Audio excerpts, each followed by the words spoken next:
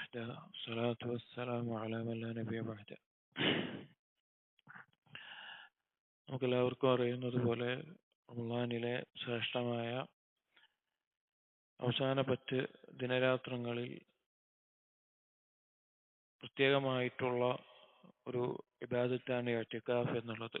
അഥവാ മസ്ജിദിനുള്ളിൽ അല്ലാഹു സുബ്ഹാനഹു വ തആലയുടെ ഭവനത്തിൽ അവനെ ഇബാദത്ത് ചെയ്തുകൊണ്ട് നിസ്കാരവും അതുപോലെ ഖുർആൻ പാരായണങ്ങളും ദിക്റുകളും ദുആയിലുമായി കൊണ്ട് മുഴുകി തങ്ങുക എന്നുള്ളത്.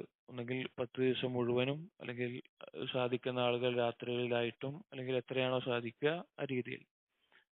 അപ്പൊ എന്താണ് ഈ ഇഅ്തികാഫ് കൊണ്ടുള്ള ലക്ഷ്യം, അല്ലെങ്കിൽ എന്താണ് അതുകൊണ്ട് നമ്മൾ നേടിയെടുക്കേണ്ടത് എന്ന് നമ്മൾ ഓരോരുത്തരും മനസ്സിലാക്കണം. പ്രത്യേകിച്ച് ഇഅ്തികാഫ് ഇരിക്കുന്ന ആളുകൾ എന്താണ് അതുകൊണ്ട് ഞാൻ നേടേണ്ടത് എന്നുള്ള ഒരു ധാരണ ഉണ്ടായിരിക്കണം. പ്രധാനമായിട്ടും 4 കാര്യങ്ങളാണ് ഇഅ്തികാഫ് കൊണ്ട് നമ്മൾ നേടിയെടുക്കേണ്ടത്.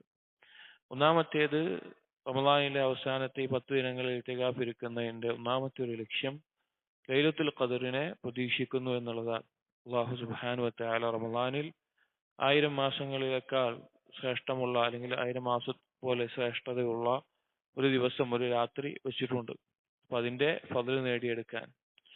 രണ്ടാമത്തേത് അൽ ഉൻസു ബില്ലാ, അള്ളാഹുമായിട്ടുള്ള അടുപ്പം നേടിയെടുക്കാൻ. കാരണം മറ്റുള്ള ചിന്തകളിൽ നിന്നെല്ലാം ഒഴിഞ്ഞ് അള്ളാഹുവിനെ കുറിച്ചുള്ള ദിക്റിലും അതുപോലെ തന്നെ അള്ളാഹുവിനുള്ള ഇബാദത്തുകളുമായി കൊണ്ട് അള്ളാഹുമായിട്ടൊരു അടുത്ത ബന്ധം നേടിയെടുക്കാൻ. മൂന്നാമത്തേത് ഇസ്ലാഹുൽ ഖൽബാണ്, ഖൽബിനെ ശുദ്ധീകരിക്കാനാണ്. കാരണം ഖൽബിനെ തെറ്റിച്ച് കളയുന്ന പല കാര്യങ്ങളിൽ നിന്നും ഒഴിവായി സുരക്ഷിതനായി മസ്ജിദിൽ ഇരിക്കുമ്പോൾ ആ ഖൽബിനെ നന്നാക്കാനുള്ള ഒരവസരമാണ്. ഖൽബ് നന്നാവുക എന്ന് പറഞ്ഞാൽ അത് മുഖേന ശരീരം മുഴുവൻ നന്നാകുന്നതാണ്. നാലാമത്തേത് സുഹദിനുള്ള ഒരു പരിശീലനമാണ്, അഥവാ ഭൗതിക വിരക്തിക്കുള്ള ഒരു പരിശീലനം. കാരണം അനുവദനീയമായിട്ടുള്ള മുബാഹായിട്ടുള്ള പല കാര്യങ്ങളും നമ്മൾ ഇഅ്തികാഫിലായിരിക്കുമ്പോൾ അത് ഒഴിവാക്കുകയാണ്. ഹറാമായതുകൊണ്ടല്ല, അനുവദിക്കപ്പെട്ട കാര്യങ്ങൾ തന്നെ അത് കുറഞ്ഞ രീതിയിൽ മാത്രം ഉപയോഗിച്ചുകൊണ്ട്, അല്ലെങ്കിൽ ആ രീതിയിൽ ജീവിക്കുന്ന ഒരു സമയമാണ് ഇഅ്തികാഫിന്റെ ദിവസങ്ങൾ എന്നുള്ളത്. അപ്പൊ ഈ 4 കാര്യങ്ങളാണ് പ്രധാനമായും ഇഅ്തികാഫ് കൊണ്ട് നമ്മൾ നേടിയെടുക്കുന്ന നേട്ടങ്ങൾ. അതുകൊണ്ട് തന്നെ അതിനനുയോജ്യമായ രീതിയിലായിരിക്കണം ഇഅ്തികാഫിൽ നമ്മുടെ കർമ്മങ്ങളും സംസാരങ്ങളും എല്ലാം.